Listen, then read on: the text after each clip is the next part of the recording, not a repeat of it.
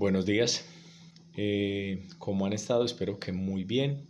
Soy el docente Juan Sierra de la Institución Educativa Juan de Dios Uribe y en este caso me remito a los estudiantes del grado sexto de las áreas de sociales, ética y cívica, con el ánimo de acompañar un poquitico mejor el proceso educativo que ustedes están teniendo desde sus casas. Primero que todo quiero felicitarlos por la labor que han hecho. La mayoría me han entregado muy buenos trabajos, ya los he calificado. Esperemos la oportunidad de devolverlos. Entonces, los quiero exhortar para que sigan trabajando muy juiciosos desde las casas y siempre tengan en cuenta que los docentes todos estamos presentes, aunque no de manera presencial en las instituciones con ustedes, pero estamos con ustedes apoyándolos en ese proceso formativo, ¿cierto? Bueno, el día de hoy me voy a referir al taller, a la entrega número 3, al taller número 3, correspondiente a el día 28 de mayo, que es la entrega de estos talleres, y la posterior devolución en el mes de junio. Entonces, espero que este video sirva para facilitar un poco mejor, un poco más la comprensión de esta temática. La temática que se aborda en este taller, como se había iniciado la clase anterior, el taller anterior, se trata de la historia.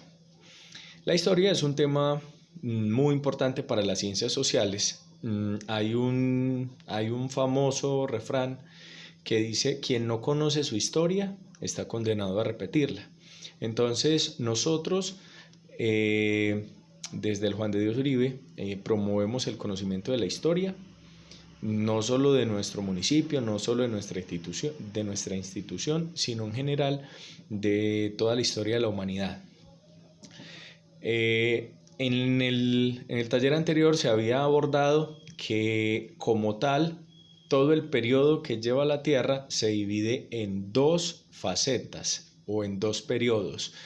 Uno es la prehistoria. La prehistoria es desde el surgimiento de la Tierra, es decir, desde hace aproximadamente 100.000 millones de años, 120.000 millones de años, hasta la invención de la escritura. Ahí termina la prehistoria, porque resulta que esa invención de la escritura, cuando los hombres comienzan a escribir a través de grafías, entonces ahí comenzamos a tener mayor información y cambia por completo el panorama de cómo nosotros vemos el mismo mundo. Entonces, a partir de la invención de la escritura ya se llama historia y antes de la escritura se llama prehistoria. Eso ya lo habíamos visto en el tema anterior. Ahora, la historia o esta invención de la escritura, la historia comienza realmente en Mesopotamia. Aunque anterior a la invención de la escritura ya se habían dado las civilizaciones, ya habían algunas civilizaciones, solo en Mesopotamia se llega a una escritura. Esta escritura posibilita que nosotros tengamos mucha mayor información a propósito de qué fue lo que pasó. Esta escritura se da en uno de los pueblos que tiene la civilización mesopotámica, que se llama Sumeria. Esta civilización mesopotámica no solamente tenía la ciudad de Sumeria, sino que, como se ve en el taller, habían varias ciudades más. Estas ciudades tienen los nombres de Nínive, Ur, Calú, Asur, Babilonia, Uruk, Nippur, entre otras. Estas son nombres de ciudades, pero todas ellas estaban al interior del valle de Mesopotamia. Como ya se había visto también en clases anteriores, un valle es una de las formas, una de las formas del relieve, que es en medio de montañas o circundado por montañas, alrededor de montañas existe un río o existen dos ríos. En este caso se dieron dos ríos, que son los ríos Tigris y Éufrates. Al interior de estos dos valles había una gran productividad, es decir, eran ricos suelos para el cultivo. Entonces, favoreció, uno, la producción de cultivos. Dos, la comercialización. Eso es un factor importante porque de nada sirve que un pueblo tenga muchos cultivos si no tiene, uno, cómo transportarlos o dos, cómo comercializarlos con otras regiones donde los necesiten. Entonces, como se da al interior de estos dos ríos, entonces eso ayuda mucho al impulso económico, porque entonces se puede comercializar los productos agrícolas y también se pueden traer lo que no se produce en esta tierra, también se puede traer a través de los ríos y a través de la navegación. Resulta entonces que esta civilización es importante, no solamente porque allí se da la historia, sino porque realmente es uno de los pueblos que inicia el proceso de comercialización con otras regiones. Ahora, Mesopotamia hoy ya no se conoce como tal como una civilización, porque está dividida en varios países, estas zonas. Estas zonas están divididas en Kirguistán, en Siria y en Irak. Esos países quedan en esta zona que anteriormente se llamaba Mesopotamia. Pero resulta que con el paso del tiempo se dieron cuenta que esta tierra también es muy rica, por ejemplo, en petróleo. Y hoy nosotros podemos ver que hay un gran conflicto desde hace ya varios años de países interesados en el petróleo y en estas tierras con los países que están ubicados en esta zona. Entonces, aunque hayan pasado aproximadamente 4.000 años desde el surgimiento, o más de 4.000 años desde el surgimiento de la civilización mesopotámica, realmente nosotros decimos que hoy esta tierra sigue siendo vital o importante para la comercialización en todo el mundo. Ahora,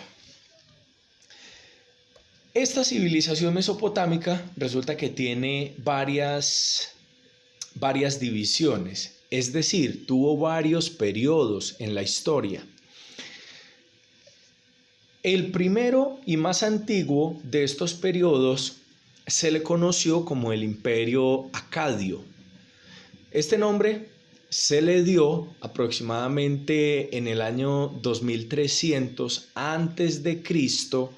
Se formó un imperio por la sencilla razón de que había una ciudad o dos ciudades donde hubo total dominio del resto del territorio y del resto de las ciudades. En muchas ocasiones este dominio era militar, en otras era comercial.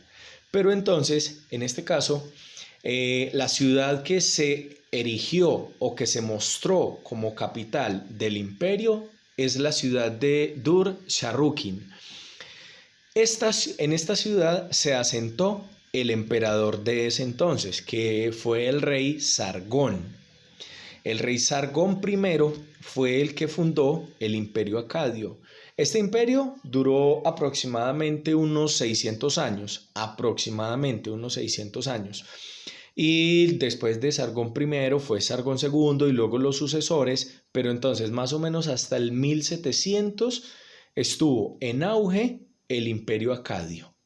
Posterior a la caída, y estas caídas, como ya se habían visto en clase, es por el derrocamiento del rey o por derrotas en el campo o por otros factores, por ejemplo, a veces de intereses, entonces que se casa el hijo de este con la hija de este, entonces unifican los reinos. En este caso, simplemente se dio el surgimiento de otro imperio que se llamó el Imperio Hammurabi. Este imperio Hammurabi tuvo unas características muy particulares. Entre una de esas características es un gran arraigo religioso. Este arraigo religioso, y nosotros lo podemos ver hasta en la actualidad hoy, por eso es tan importante conocer la historia, porque este arraigo religioso permitió que todo el imperio estuviera regido bajo un código moral o un código ético. En este caso se conoció como el Código Hammurabi.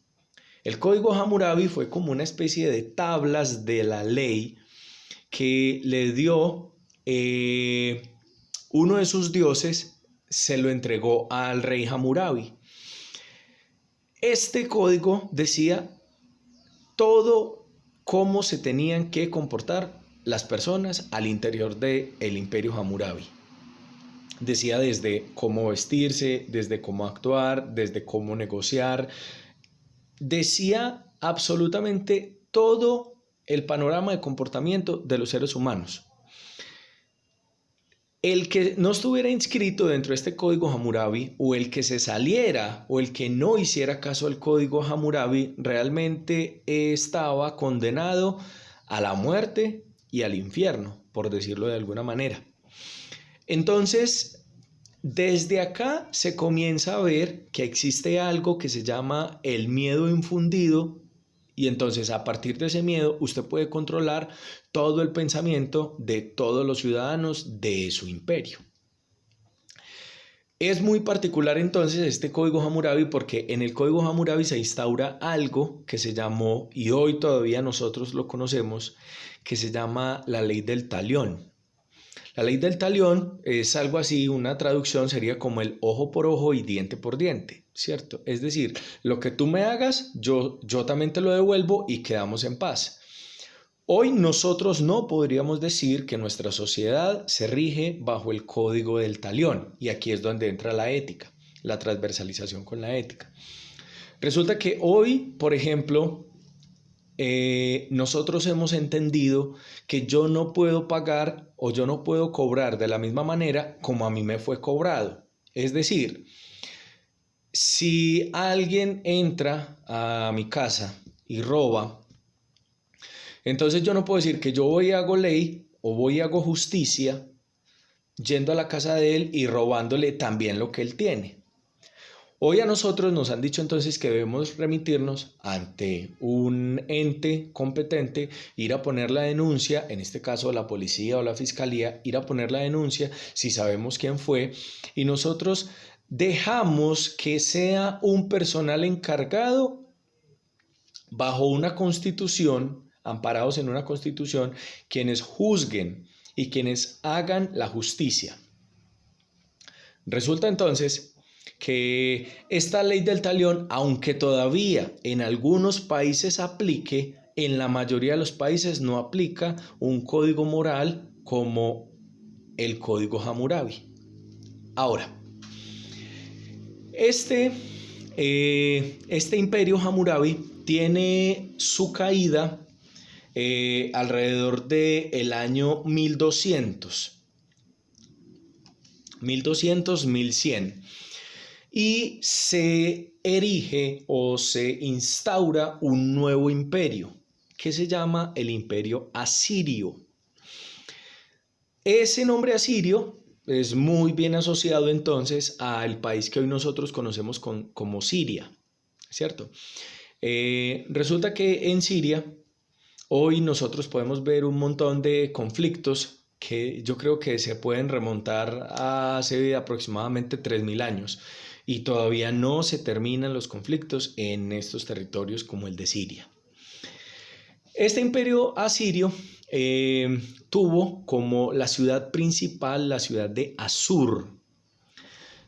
En el mapa, en el taller, está ubicado cada una de las ciudades para que ustedes más o menos tengan conocimiento de dónde están ubicados cada una de estas regiones. Todas ellas dentro del valle de Mesopotamia. El rey que se consolida en el imperio asirio se llama Adad-Nirari. Este emperador o este rey realmente logra la unificación de buena parte de este territorio, pero algo más grande que tuvo este imperio asirio fue la expansión. Ellos lograron una expansión y salir del territorio asiático y casi que meterse al territorio africano, porque ellos lograron dominar a Egipto. y el imperio egipcio. El imperio egipcio estuvo bajo, digamos, el dominio de los asirios durante este tiempo, aproximadamente para el año 1000. Este imperio estuvo durante mucho tiempo ahí calladito. Se puede decir que por ahí desde los años 1800 antes de Cristo estuvo ahí, pero realmente nunca se mostró como imperio, aunque tenía sus reyes, pero estaba ahí calladito bajo el dominio de los emperadores anteriores, que lo acabamos de decir, ¿cierto? Que fue el imperio Hammurabi. Cuando cae el imperio Hammurabi, entonces se levanta el imperio asirio. El imperio asirio dura aproximadamente unos 300, 400 años, el imperio asirio, y da paso al imperio persa. El imperio persa sí tuvo mucho más renombre que cualquiera de los imperios anteriores, porque el imperio persa tuvo algo grandísimo y fue la manera como ellos dominaban los pueblos.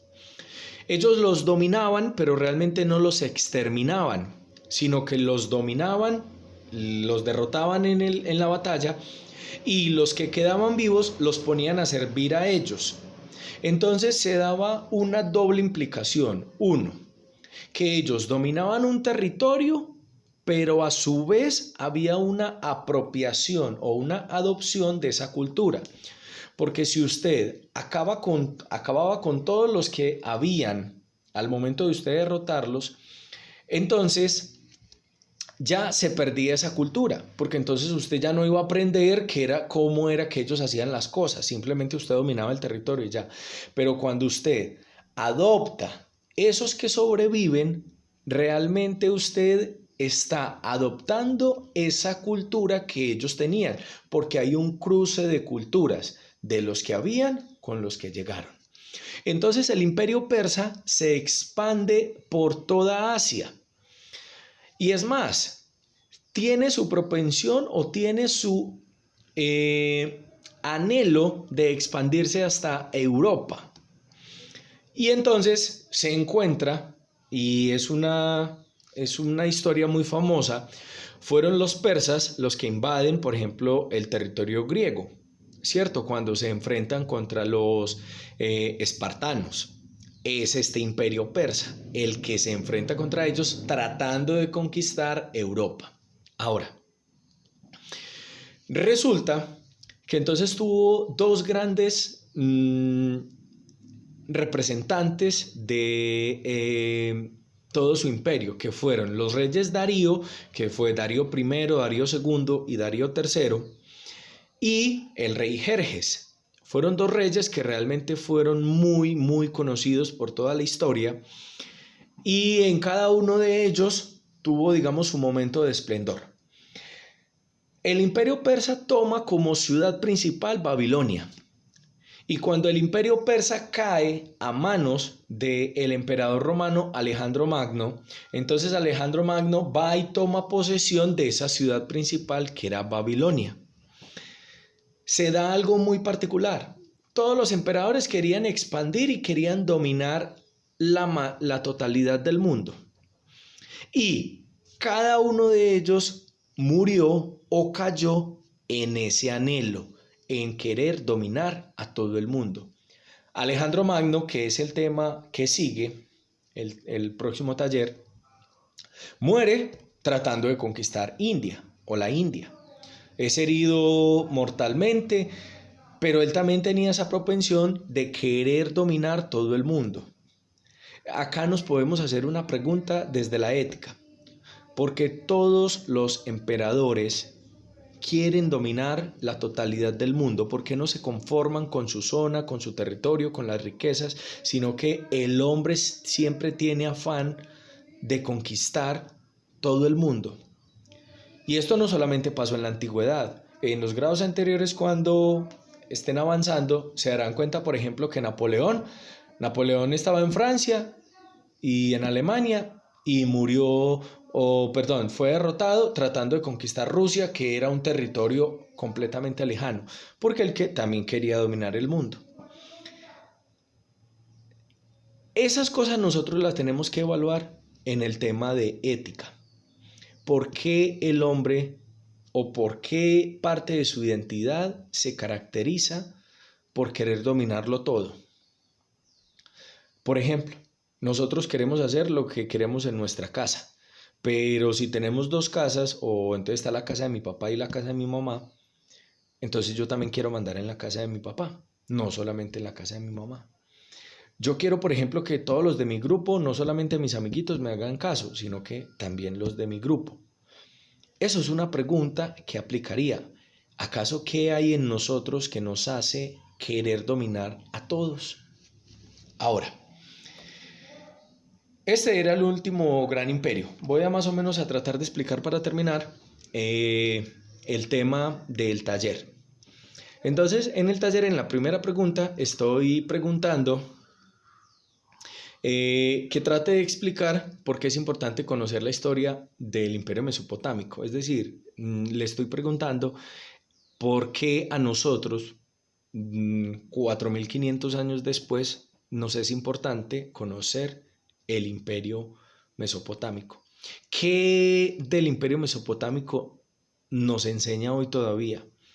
¿Qué formas de vida hoy también pueden aplicarse? ¿Cierto?